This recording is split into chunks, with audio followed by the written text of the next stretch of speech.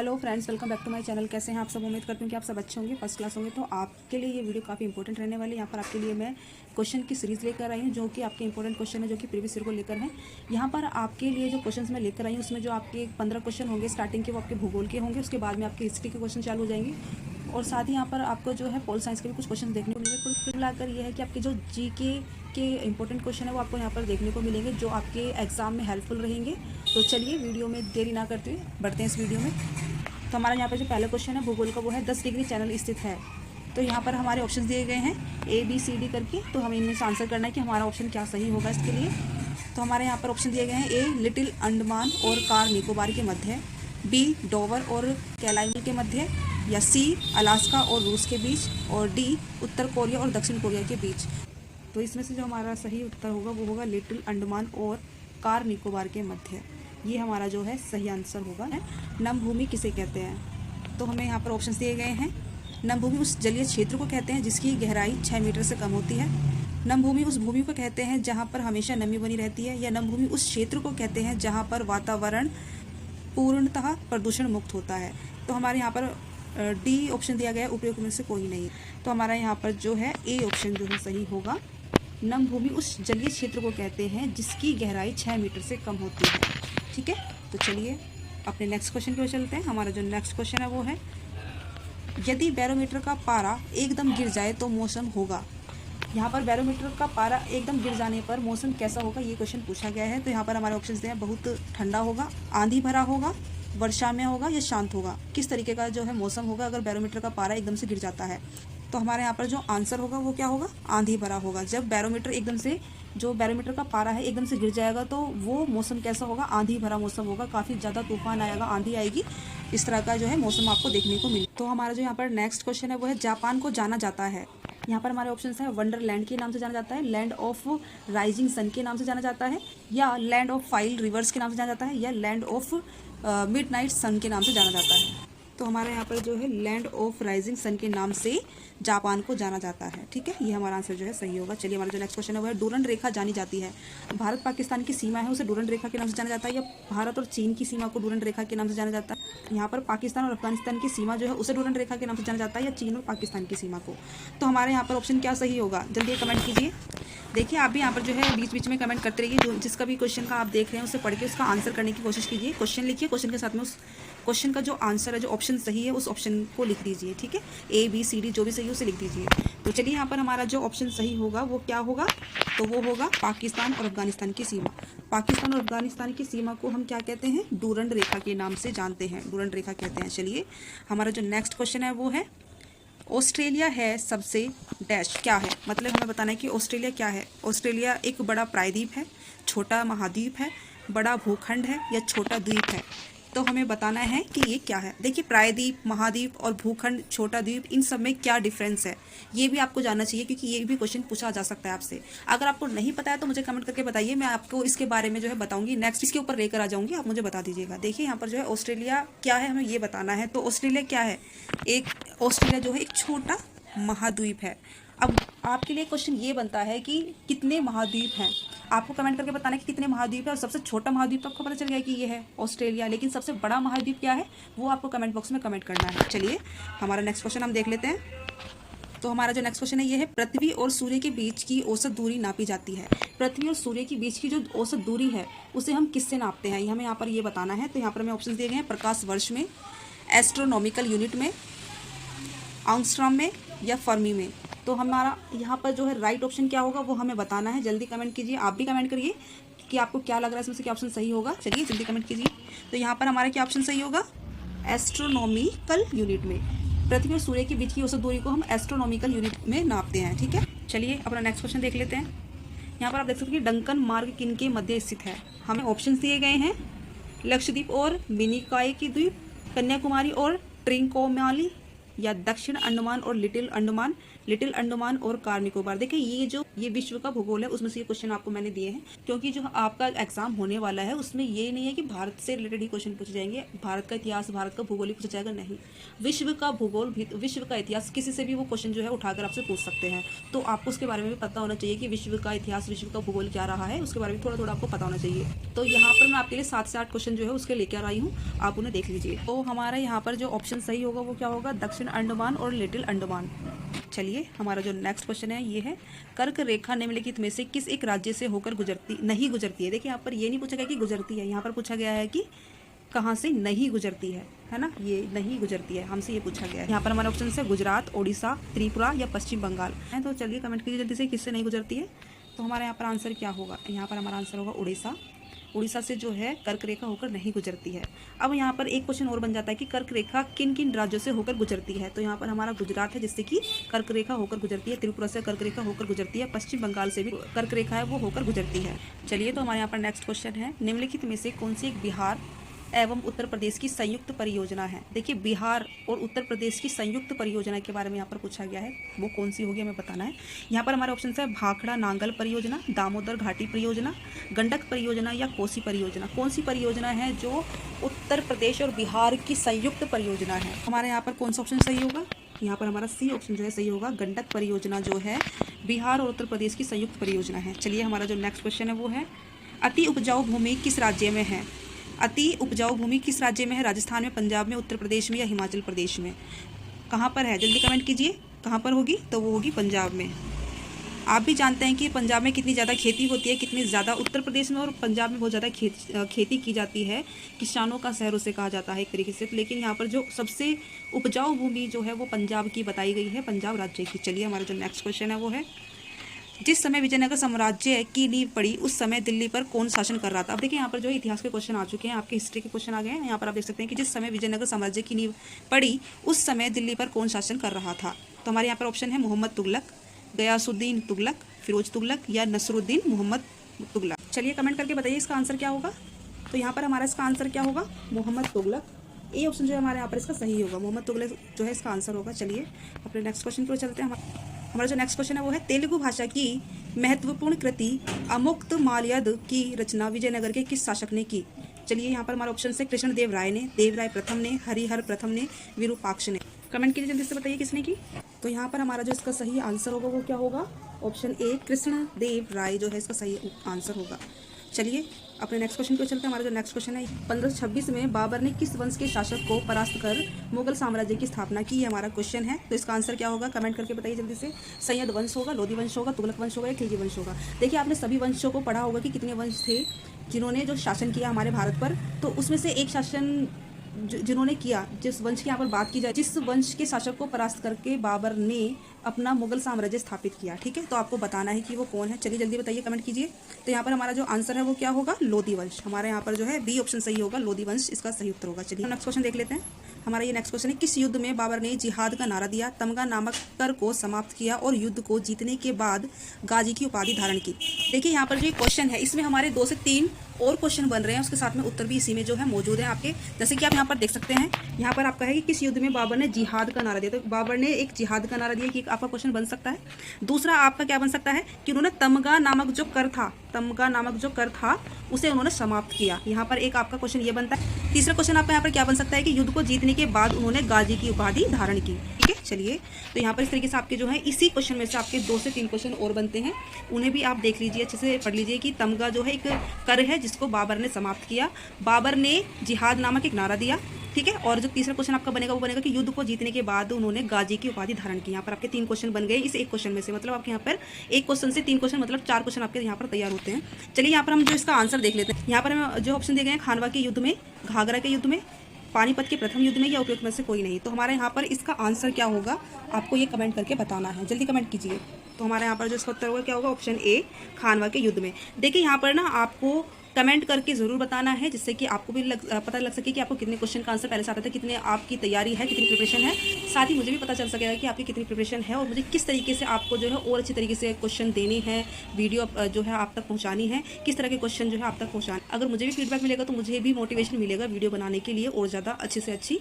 तो चलिए, और साथ ही मैं आपसे कहूँगी अगर आपको वीडियो पसंद है तो वीडियो को लाइक कर दीजिएगा, चैनल को ज़रूर सब्सक्राइब कीजिएगा ताकि आपको इस तरह की जो है वीडियोज़ मिल सके। आप किसी भी कॉम्पिटिटिव एग्जाम की तैयारी कर रहे हैं तो उसके लिए आप मेरे चैनल के साथ जुड़ जाइए। चाहे आप सीजीएल की तैयारी कर रहे हैं, एमटीएस की तैयारी कर रहे हैं, रेलवे की तैयारी कर रहे हैं, या आप KVS, TGT, PGT, CTET, UP TET की तैयारी कर रहे हैं, तो इन सभी में जो है मेन जो जीके है वो पूछी जाती है। हिंदी की जो सामान्य हिंदी है वो पूछी जाती है, सामान्य जो अंग्रेजी है मतलब आपकी जो जनरल इंग्लिश है वो भी आपसे पूछी जाती है। साथ ही साथ करंट अफेयर तो अब हर पेपर में, हर एग्जाम में पूछी जाती है, चाहे वो कॉम्पिटिटिव एग्जाम हो, चाहे वो टीचिंग, नॉन टीचिंग, किसी भी तरह का एग्जाम हो उसमें पूछी जाती है। चलिए, तो उम्मीद करती हूँ कि आपको वीडियो पसंद आ रही होगी। अगर आप वीडियो को लाइक करेंगे तो चैनल को जरूर सब्सक्राइब कीजिएगा, दूसरों से भी शेयर कीजिए। चलिए अपना नेक्स्ट क्वेश्चन की ओर चलते हैं। हमारा जो नेक्स्ट क्वेश्चन है वो है, मुंबईयान नामक पद शैली के जन्मदाता बाबर ने अपनी आत्मकथा तुझुके बाबरी किस भाषा में लिखी? देखिए यहाँ पर एक क्वेश्चन आपसे फिर बन गया आपके लिए कि तुझुके बाबरी क्या है? एक आत्मकथा है, किसकी? बाबर की। चलिए, तो यहाँ पर आप देख सकते हैं इसका जो आंसर है वो क्या होगा। यहाँ पर उसका जो है आंसर तुर्की होगा। तुर्की में जो है उन्होंने अपनी तुझुके बाबरी जो आत्मकथा थी वो लिखी थी। इस तरीके से आपका एक क्वेश्चन ये भी अब जो है पूरा हो जाता है कि इनकी जो भाषा थी वो कौन सी भाषा थी, तो वो तुर्की भाषा थी। चलिए अपना नेक्स्ट क्वेश्चन देख लेते हैं। 30 दिसंबर 1530 को हुमायूं का राज्याभिषेक कहाँ पर किया गया? देखिए हुमायूं के बारे में यहाँ पर बात की गई। हुमायूं का जो राज्याभिषेक है वो कहाँ पर किया गया, तो ये आपको बताना है। जल्दी बताइए, कहाँ पर किया? आगरा में किया, दिल्ली में किया, काबुल में किया या लाहौर में किया? कहाँ पर किया? ये क्या होगा इसका आंसर? तो वो होगा आगरा में। इनका जो अभिषेक हुआ वो कहाँ पर हुआ? आगरा में किया गया। अच्छा, आप ये बताइए कि जो हुमायूं है, हुमायूं किसके पिता रहे हैं? मैं आपको ऑप्शन दे रही हूँ, बाबर के, अकबर के, या फिर शाहजहाँ के, या फिर जहांगीर के। हुमायूं जो है किसके पिता रहे हैं? मैंने आपको 4 ऑप्शन दिए हैं, इनमें से आपको कमेंट करके बताना है कि इसका आंसर क्या होगा। ठीक है, चलिए हमारा जो नेक्स्ट क्वेश्चन है वो है, मुगल साम्राज्य का कौन सा शासक है जो 2 बार गद्दी पर बैठा है? यहाँ पर हमारा ऑप्शन है अकबर, हुमायूं, बाबर, जहांगीर। तो हमारा क्या होगा इसका आंसर? तो हमारा इसका आंसर क्या होगा? हुमायूं। हुमायूं जो है 2 बार जो है गद्दी पर बैठा है, शासक की गद्दी पर बैठा है। देखिए ये ना, इसने मुगल वंश की जो स्थापना की थी तो वो एक बार कर चुका था, लेकिन कुछ समय रहने के बाद फिर इसके बाद में दूसरा वंश आया था, उस वंश को उसने फिर से जो पराजित किया, उसके बाद में फिर दोबारा से जो है हुमायूं का शासक जो है आया था, जो कि इनके पिता ने, बाबर ने जो है उन्हें हराकर जीता था। ठीक है, तो चलिए नेक्स्ट क्वेश्चन हम देख लेते हैं। किस अभियान के समय अचानक बारूद में विस्फोट हो जाने के कारण शेरशाह की मृत्यु हो गई? देखिए, रायसीन अभियान के समय, मालदेव की सेनाओं से संघर्ष के समय, राजस्थान के अभियान के समय, या कालिंजर के अभियान के समय? तो हमारे यहाँ पर क्या आंसर होगा? जल्दी बताइए कमेंट करके। तो हमारा क्या होगा? कालिंजर के अभियान के समय। चलिए हमारा जो नेक्स्ट क्वेश्चन है वो है, तमिलनाडु में सबसे ऊंचा पर्वत शिखर है? दोदा बेटा, नीलगिरी पर्वत, पालनी पर्वत, या कोडाई कनाल? हमारा यहाँ पर क्या आंसर होगा? जल्दी कमेंट कीजिए। वीडियो को लाइक करते हुए चलिएगा और चैनल को ज़रूर सब्सक्राइब कीजिएगा। साथ ही साथ अपने फ्रेंड्स में जो भी जो है यूपी बीएड एंट्रेंस की तैयारी कर रहे हैं उनको भी ये शेयर कीजिएगा, ताकि उन तक भी ये वीडियो पहुँच सके और उनका भी जो है सरकारी सीट में नंबर आने के चांसेस पूरे बने। देखिए, अपना भला करने के साथ साथ दूसरों का भला करना भी ज़रूरी है ना। तो उम्मीद करती हूँ कि इस वीडियो को आप अपने दोस्तों तक ज़रूर शेयर करेंगे, साझा करेंगे। तो चलिए हमारे यहाँ पर इसका आंसर क्या होगा? तो वो होगा ऑप्शन ए, दोदा बेटा। दोदा बेटा जो है इसका सही उत्तर होगा। ऊंचा पर्वत शिखर कौन सा है? वो है दोदा बेटा, तमिलनाडु में जो स्थित है। चलिए हमारा जो नेक्स्ट क्वेश्चन है वो है, भारत में वृहत्तम जलोढ़ समतल है? भारत में वृहत्तम जलोढ़ समतल है कहाँ पर है? बिहार में है, मध्य प्रदेश में है, केरल में है, या उत्तर प्रदेश में है? तो कहाँ पर है? जल्दी कमेंट कीजिए कहाँ पर है। तो वो है ऑप्शन ए, बिहार में। भारत में जो वृहत जलोढ़ समतल है वो बिहार में है। ठीक है, चलिए हमारा जो नेक्स्ट क्वेश्चन है वो है, वह राज्य जो भारत का चीनी का कटोरा कहलाता है वो उत्तर प्रदेश है, मध्य प्रदेश है, आंध्र प्रदेश है, या हिमाचल प्रदेश? देखिए काफ़ी इंपॉर्टेंट क्वेश्चन है ये, इतनी बार क्वेश्चन जो है पूछा गया है, तो इस क्वेश्चन को जरूर देखिएगा अच्छे से। तो इसका जो आंसर है वो क्या होगा? तो वो होगा उत्तर प्रदेश। उत्तर प्रदेश को जो है भारत का चीनी का कटोरा कहा जाता है, क्योंकि यहाँ पर उत्तर प्रदेश में काफ़ी ज़्यादा मात्रा में गन्ने उगाए जाते हैं। ठीक है, गन्ने की खेती जो है सबसे ज़्यादा उत्तर प्रदेश में की जाती है, इसलिए जो है इसे भारत में जो है भारत का चीनी का कटोरा कहा जाता है। चलिए अपने नेक्स्ट क्वेश्चन की ओर चलते हैं। हमारा जो नेक्स्ट क्वेश्चन है वो है, टीन खनिज का भंडार किस राज्य में सर्वाधिक है? तो वो किस में है? बिहार में है, तमिलनाडु में, केरल में, या राजस्थान में? ये हमारे ऑप्शन हैं। चलिए जल्दी कमेंट कीजिए क्या होगा इसका आंसर। तो इसका आंसर हमारा क्या होगा? बिहार। चलिए अपने नेक्स्ट क्वेश्चन की ओर चलते हैं। हमारा जो नेक्स्ट क्वेश्चन है वो है, भारत की निम्नलिखित बंदरगाहों में से कौन सा एक आयात नौभार कार्गो का उच्चतम टन भार संभालता है? नौभार मतलब कार्गो। तो यहाँ पर हमारा जो ऑप्शन है वो क्या होगा? कोलकाता, कांदला, मुंबई, या विशाखापत्तनम? तो हमारे यहाँ पर कौन सा ऑप्शन सही होगा? जल्दी कमेंट कीजिए, जल्दी आंसर दीजिए इसका। तो यहाँ पर जो इसका आंसर होगा वो हमारा क्या होगा? वो मुंबई। मुंबई इसका जो है राइट आंसर होगा। चलिए अपना नेक्स्ट क्वेश्चन देख लेते हैं।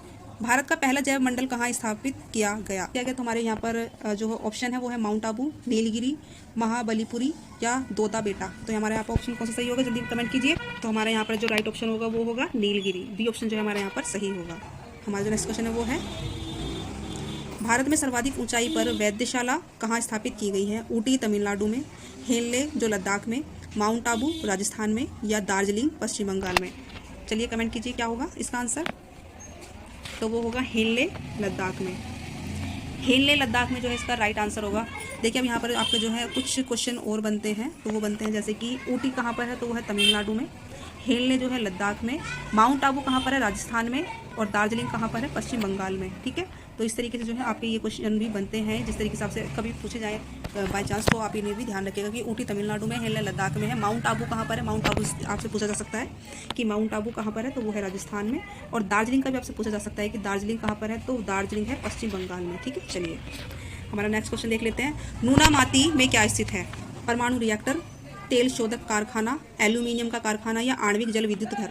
तो हमारे यहाँ पर क्या आंसर सही होगा, यहाँ पर हमारा होगा तेल शोधक कारखाना नूनामाती में स्थित है। ठीक है, चलिए अपना नेक्स्ट क्वेश्चन देख लेते हैं। झीलों के शहर सिटी ऑफ लेक्स के नाम से मशहूर है। झीलों के शहर के नाम से कौन सा जो शहर है वो फेमस है? बेंगलुरु, जोधपुर, ग्वालियर या उदयपुर? तो कौन सा है, जल्दी कमेंट कीजिए।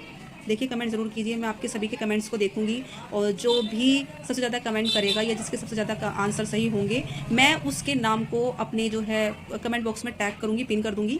तो अपने जो है क्वेश्चंस ज़रूर कमेंट कीजिए, जो भी आपका राइट आंसर आपको लगता है उसे ऑप्शन को लिखकर डाल दीजिए क्वेश्चन के साथ में। चलिए तो हमारे यहाँ पर जो है इसका क्या आंसर होगा, तो ये होगा हमारा उदयपुर, डी ऑप्शन जो है हमारे यहाँ पर सही होगा। देखिए अब उदयपुर कहाँ पर है ये आपको बताना, जोधपुर कहाँ पर है ये आपको पता है, जोधपुर कहाँ पर है, राजस्थान में, ग्वालियर कहाँ पर है, मध्य प्रदेश में, बेंगलुरु तो आप जानते ही हैं बहुत ही फेमस शहर है। तो अब उदयपुर का आपको बताना है कि उदयपुर कहाँ पर है। चलिए अपना नेक्स्ट क्वेश्चन देख लेते हैं। अष्टप्रधान किसकी राज्य परिषद थी? अष्टप्रधान किसकी राज्य परिषद थी? हरिहर फर्स्ट की, कृष्णदेवराय की, शिवाजी की या बालाजी बाजीराव की? तो चलिए कमेंट कीजिए, जल्दी से बताइए क्या होगा इसका आंसर। हमारे यहाँ पर ऑप्शन है हरिहर फर्स्ट, कृष्णदेव, शिवाजी और बालाजी बाजी। तो हमारे यहाँ पर जो है ऑप्शन सही होगा वो कौन सा होगा, सी ऑप्शन, शिवाजी जो है इसका राइट आंसर होगा। चलिए अपने नेक्स्ट क्वेश्चन की ओर चलते हैं। हमारा जो नेक्स्ट क्वेश्चन है वो बक्सर का युद्ध डैश ईस्वी में हुआ था। बक्सर का युद्ध कब हुआ था हमें ये बताना है। तो यहाँ पर देखिए बक्सर का युद्ध कब हुआ था, तो वो हुआ था 1764 में। बक्सर का युद्ध 1764 में हुआ था। अब आपको एक क्वेश्चन मैं दे रही हूँ कि हल्दी घाटी का युद्ध कब हुआ था और किस किस के बीच हुआ था, ये आपको बताना है। ठीक है, हल्दी घाटी का युद्ध कब हुआ था और किसके बीच हुआ था ये आपको बताना है, कमेंट करना है, तो कमेंट कीजिएगा। चलिए देखिए मैं आपको यहाँ पर बता दूँ, जो भी आपके सभी युद्ध हैं जो अब तक हुए हैं, उन सभी युद्ध को मैंने एक वीडियो में, एक सीरीज़ में जो है बनाकर आपके लिए अपलोड करने के लिए रख दिया। अब मैं इसे कल से 2 से 3 दिन में अपलोड करने वाली हूँ, क्योंकि इसमें से क्वेश्चन बनते ही बनते हैं। कॉम्पिटिटिव एग्जाम में युद्ध को लेकर 1-2 क्वेश्चन पूछे ही जाते हैं, तो इसलिए मैंने आपके लिए वीडियो तैयार कर ली है और इसे मैं कल या परसों में आपके लिए अपलोड कर दूँगी। तो जरूर मेरे चैनल को सब्सक्राइब कीजिएगा और बने रहिएगा और वीडियो को जरूर देखिएगा, और साथ ही साथ बेल आइकन को जरूर प्रेस कीजिएगा ताकि आपको नोटिफिकेशन मिल जाए जब भी मैं उस वीडियो को अपलोड करूँ। ठीक है, तो चलिए हमारे यहाँ पर जो नेक्स्ट क्वेश्चन है वो है मगध एवं इसकी राजधानी पाटलिपुत्र जो सारे संसार में प्रसिद्ध हुए को किसने बनवाया था? मगध एवं इसकी राजधानी पाटलिपुत्र जो सारे संसार में प्रसिद्ध हुए उसे किसने बनवाया था, हमें ये बताना है। शेरशाह ने बनवाया था, अशोक ने बनवाया था, अकबर ने बनवाया था, मौर्य सम्राटों ने बनवाया था? किसने बनवाया था? तो वो बनवाया था ऑप्शन डी, मौर्य सम्राटों ने बनवाया था। यहाँ पर हमारा जो है डी ऑप्शन सही होगा। चलिए अपने नेक्स्ट क्वेश्चन को देख लेते हैं। हमारे यहाँ पर नेक्स्ट क्वेश्चन है कर्क रेखा भारत के मध्य भाग से निम्न में से किस स्थान से गुजरती है? ऑप्शन से जबलपुर, गांधीनगर, भोपाल या अंबिकापुर? तो हमारे यहाँ पर क्या आंसर होगा, राइट ऑप्शन हमारा क्या होगा, जल्दी कमेंट कीजिए। तो यहाँ पर हमारा क्या होगा, गांधीनगर। गांधीनगर कहाँ पर है? गांधीनगर है गुजरात में। ठीक है, तो ये गुजरात में जो कर्क रेखा जो है गांधीनगर गुजरात से होकर गुजरती है। चलिए अपना नेक्स्ट क्वेश्चन देख लेते हैं। हमारा देखिए यहाँ पर नेक्स्ट क्वेश्चन आ गया। अभी हमारा जो था क्वेश्चन वो था कर्क रेखा को लेकर, अब यहाँ पर जो है हमारा मकर रेखा को लेकर यहाँ पर जो है क्वेश्चन बनता है, तो वो है मकर रेखा नहीं गुजरती है। देखिए अभी वहाँ पर क्वेश्चन क्या आता है कि कहाँ से होकर गुजरती है, और यहाँ पर कहाँ से होकर नहीं गुजरती है। तो हमारे यहाँ पर ऑप्शन है अर्जेंटीना से, ब्राज़ील से, चिली से या बोलीविया से? तो हमारे यहाँ पर क्या होगा इसका आंसर, जल्दी कमेंट कीजिए। तो हमारे यहाँ पर ऑप्शन जो है डी, बोलीविया जो है इसका राइट आंसर होगा। बोलीविया मकर रेखा कहाँ से होकर नहीं गुजरती है, तो वो बोलीविया से नहीं होकर गुजरती है। अब एक क्वेश्चन यहाँ पर आपका बन जाता है कि मकर रेखा कहाँ से होकर गुजरती है। मकर रेखा कहाँ से होकर गुजरती है, तो वो अर्जेंटीना से होकर गुजरती है, ब्राज़ील से होकर गुजरती है और चिली से होकर गुजरती है। ठीक है, तो यहाँ पर जो है इन तीनों से ही जो है मकर रेखा होकर गुजरती है, इसे छोड़कर। तो चलिए आज के यही कुछ क्वेश्चन थे आपके लिए जो मैं लेकर आई थी।